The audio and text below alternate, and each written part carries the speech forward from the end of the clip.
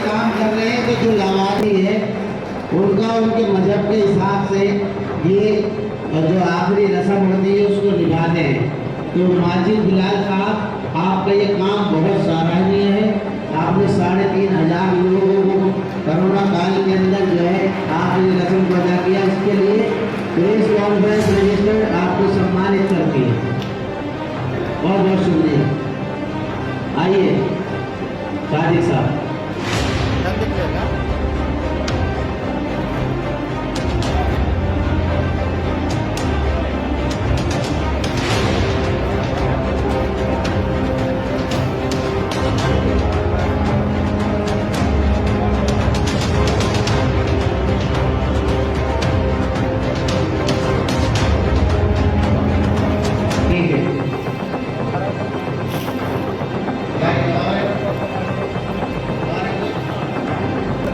इस्माइल खान साहब इधर और मैं आए हुए हैं और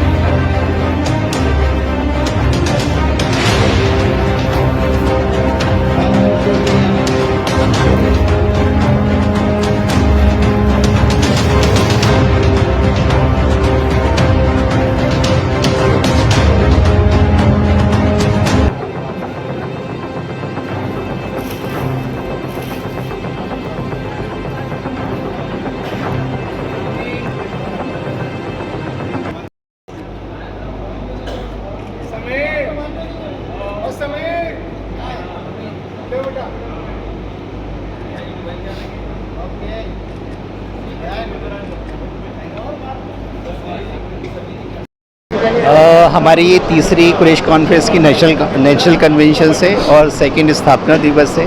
और इसका मेन हमारा मकसद था कि कर्नाटका का जो प्रीवियस कैटल प्रिजर्वेशन एक्ट है 1964 उसको रेस्टोर किया जाए और जो एग्जिस्टिंग है 2021 का बीफ लॉज को रिवर्स किया जाए।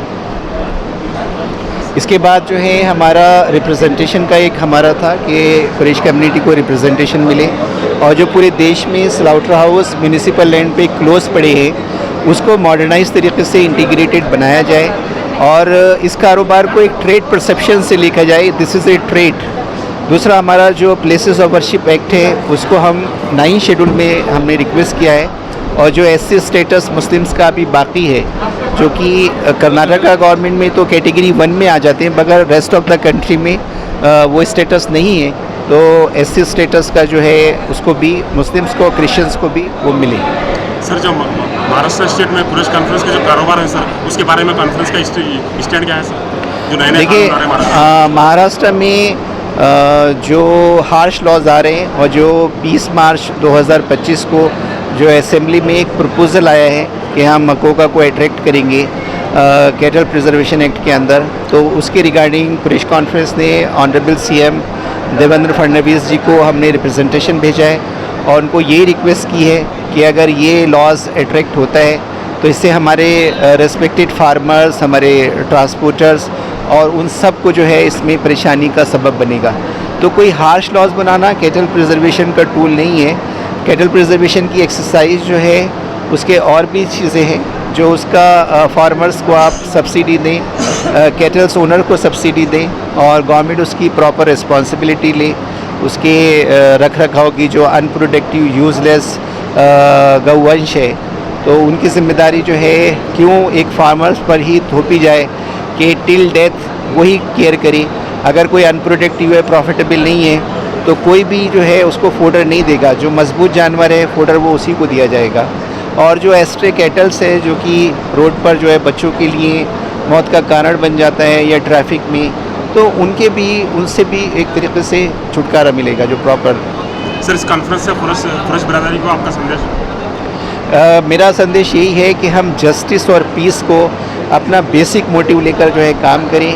डायलॉग के रास्ते पूरे देश में हर कम्युनिटी के साथ हम ओपन रखें और जो भी पूरा माइनॉरिटीज़ है पूरा देश का वो इस वक्त जो है बहुत सेंसिबल तरीके से अपने एजुकेशन पर और अपने पॉलिटिकल एम्पावरमेंट पर फोकस करें, पावर शेयरिंग पे बात करें। आप पहले रिचुअल जो ट्रेडिशनल पॉलिटिक्स थी उससे अपने आप को दूर रखें, भीड़ तंत्र से दूर रखें, मीनिंगफुल देश के लिए जो बहुत ही कंस्ट्रक्टिव काम है देश हित में, उसकी तरफ अपने आप को जो है कंसंट्रेट करें और देश के रिसोर्सेज में अपना हक तलाश करें। आज हमारे सनवर अली सदर साहब जो पूरे इंडिया की फ़िक्र लेके बिदर रहे हैं और यहाँ पे हर ज़िले हर स्टेट के लोग हैं, मैं उनका तहे दिल से शुक्रिया अदा करता हूँ कि वो ये जज्बा लेके आए कि कुरैश बिरादरी के अंदर जो बेचैनी है उसके मकसद से है, अल्लाह ताला ये मकसद को पूरा करे। और जो हालात चल रहे हैं देश के कुरैश बिरादरी के बाखूबी इंशाअल्लाह हमारे सनवर साहब कुरैश कॉन्फ्रेंस इसका हल करेंगी और उसकी जड़ तक पहुँचेंगी और हम सब मुत्तहिद होकर इसके ये जो भी कानून है जो तकलीफ़ें हैं उसको हम अमल करेंगे और उसका बाखूबी मुकाबला करेंगे। और हमारे साथ कुरैश कॉन्फ्रेंस है और दलित क्रिश्चन बाबा साहब अम्बेडकर और जो संविधान बने वो लेकर हम है ना इंशाअल्लाह कुरैश कॉन्फ्रेंस और हमारे सनवर साहब सदर जो भारत के हैं उन्होंने एक लायर हैं और उन्होंने एक बेहतरीन कदम उठाया है कि वो कुरैश कॉन्फ्रेंस को जोड़ने का, कुरैशों को जोड़ने का, जहाँ जहाँ जो मसले हो रहे हैं, कई लोग जेल में हैं, किसी के गाड़ियाँ पकड़ रहे हैं, किसी का कत्ल हो रहा है, वो मुद्दे पे हम एक मुहिम चला रहे हैं। इंशाअल्लाह महाराष्ट्र के अंदर जो इशू चल रहा है उस फिक्र पर है ना कर्नाटक बिदर के अंदर एक कॉन्फ्रेंस हुआ है, इसके अंदर सबसे मशवरा है। इंशाअल्लाह आने वाले दिन में हम एक बेहतरीन ताकत बनकर कुरैश बिरादरी के साथ रहेंगे, कुरैश बिरादरी की तकलीफ़ों को दूर करेंगे इंशाअल्लाह। खुदा हाफिज़, जय हिंद, जय कर्नाटक।